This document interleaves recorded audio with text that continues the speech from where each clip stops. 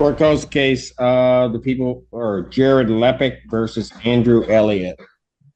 Hello, Your Honor. I'm Jordan Lepic. I'm also on this case. Jared Lepic, Yes. unfortunately, was diagnosed with influenza A this morning, so he has his Zoom going and can mic in if need be, but he's got very little of a voice left at this point. Okay. All right. And yes, I do see him signed in. All right. Andrew Elliott or Taversia, is it Burrell? Taversia Borelli. Okay, sorry. That's all right. Okay, what are we doing on this case? Last week, sir, you had asked that they be out of the house before the hearing today. And as of right now, they're still moving stuff out of the property. There are still people on property, including a couple of unauthorized additional roommates that weren't included in the lease. And we have yet to get in contact with Mr. Elliott. He is the named person on our lease. So we would just like to see what his status is. We haven't heard from him since the 7th. And the last thing we received from him in writing was an email admitting to the debt owed and the wrongdoing on his part, stating that he can provide the court of a copy with this email. In his own words, he states, "We will obviously not refute what you are owed. We have no intention to. We would honor the court decision of the debt, which would additionally include legal fees. Given our contract is under the laws of Michigan, there is very little that can be garnished as the bulk of my earnings are earned as independent contractor." In this email, he proposed a payment plan that we were uncomfortable with agreeing to because he's offered us specific payment arrangements over the last. Can I stop you, please? Absolutely. All right. How much are you claiming is owed? So as of right now, he owes $15,000 plus court costs of $234.43. If I may, could I give you like 90 seconds of backstory, sir? Not really. Okay. Your Honor, I don't know that I'm necessarily going to need it. Okay. Ma'am, are you moving out? Yes, we've returned the key. I have a couple of friends currently helping me move out the remaining things. I'm actually at the U-Haul Center right now, and they are getting the rest of the items out presently under the supervision of the land manager. Okay.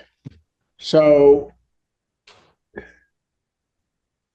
and ma'am, are you disputing the amount they're claiming is owed? I am. You are? Yes, I am. We okay. owe.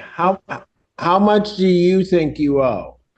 So we owe December and January. That's $10,000. We paid a $1,000 late fee in November and a $2,000 late fee in September and October.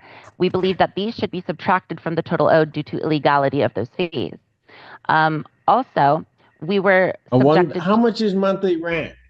Your Honor, monthly rent is $5,000 a month. This is a 4,000 square foot house that we were under contract for them to purchase. And we have done a series of short-term leases as they were waiting on the sale. Okay, so here's the thing.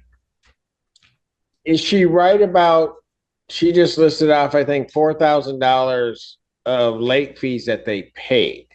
No, sir, that is incorrect. Those were from the previous lease. See, at first we did a 60-day lease, and then we extended that once their house was not sold. So we have 2 prior leases to this short-term lease, and we only enforce late fees on one of the months under those leases. And I can submit documentation of all this, sir. So can I. All right.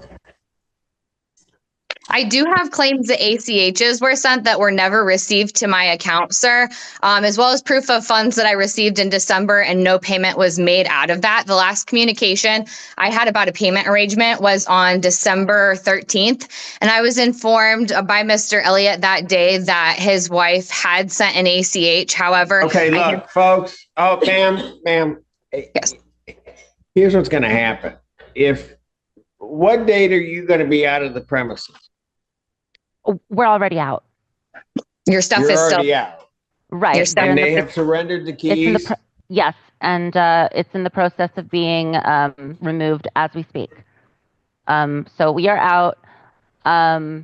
it'll be another hour or two, I think, before it's all of our stuff is gone. So then the only issue is what's owed. Right. I also want to bring up, if I may, Your Honor, we were subjected to a wrongful lockout, so we are due 3 times damages of the $150 for a locksmith as outlined in Michigan's anti-lockout statute, totaling $450, which I also have evidence of. Okay.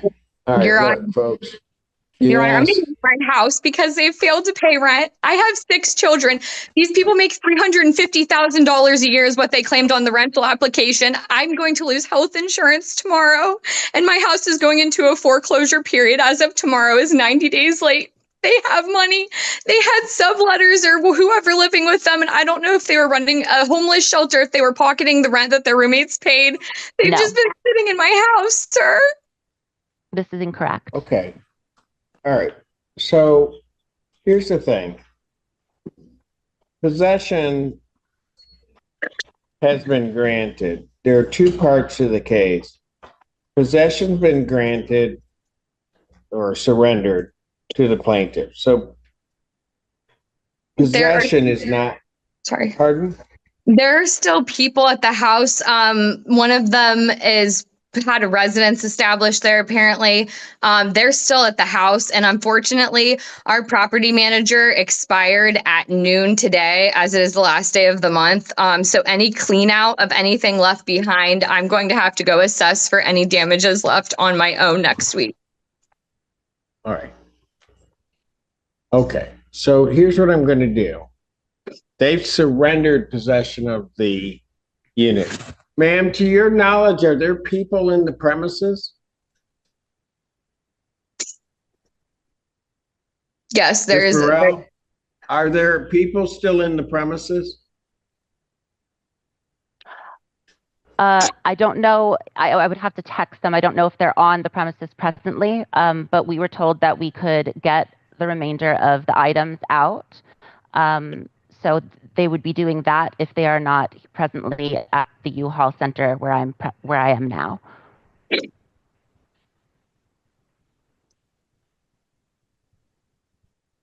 I'm just using my phone to do this. Possession to the premises has been surrendered. Ma'am, as of given everything that I'm hearing, your management contract expires at midnight tonight? Is that the deal, or? Yeah, yes. And we can't afford to pay a property manager anymore. Hang on. I hear you. I'm just trying to, because you're in North Carolina, right? Yes, sir. But I will have to make a trip up to North Carolina to assess anything. I know. I guess you're out of state. You've got a property manager here that won't be the property manager tomorrow. Yes, sir. So what?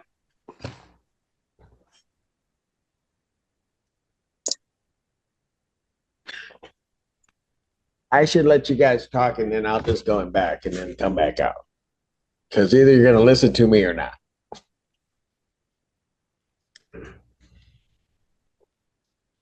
Possession's been surrendered.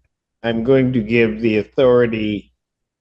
grant to the plaintiff the authority to prevent waste under 4.201I, that you may lock and secure the premises effective 3:00 today. The reason I'm doing that is so that you can get your property manager, go over there. You can order a locksmith. You can change the locks at 3 p.m. today. Whatever else needs to get out, if you don't get it out by that time, you said you surrendered, you're giving them the keys. They've given you grace to get some of the stuff out. If it's not out, not out. That's perfectly fine, Your Honor. Will be locked. Thank you. Then the issue regarding the money is going to have to be done. Now, I might as well, because the parties don't seem to agree, set this matter for trial. You have to come up next week. Is that correct, ma'am? Yes, sir. Okay, so trying to time this, if you come up, how long are you going to be up here? Very short amount of time, sir, as I have children in North Carolina in school. So a day. Ah, Enough. okay. So if I set, well, I was just going to set this for a trial. So I can set a trial date, but I'm going to need the parties in person because apparently there's going to be a lot of documentation. So I'm trying to set it. So here's what I'll do. Because we're really talking about the money, but we got to get the premises secured first. So we've dealt with that. What's my date? March. So what I'm going to do is I'm going to set a non-jury trial as to the money issues for March 11th, 2025 at 9 a.m. That's in person. So I've tried to set that, ma'am, I tried to set it out far enough so that you could make arrangements or do what needs to be done to come up. We'll hear it that day. So if it has to be a one-day trip, it's a one-day trip. But I've just tried to put it out to, well, I think you get what I'm saying. Okay? Absolutely. But I'm allowing you to secure the premises. You're going to come up here, check on it. That way you can assess what damages or other things there may be there.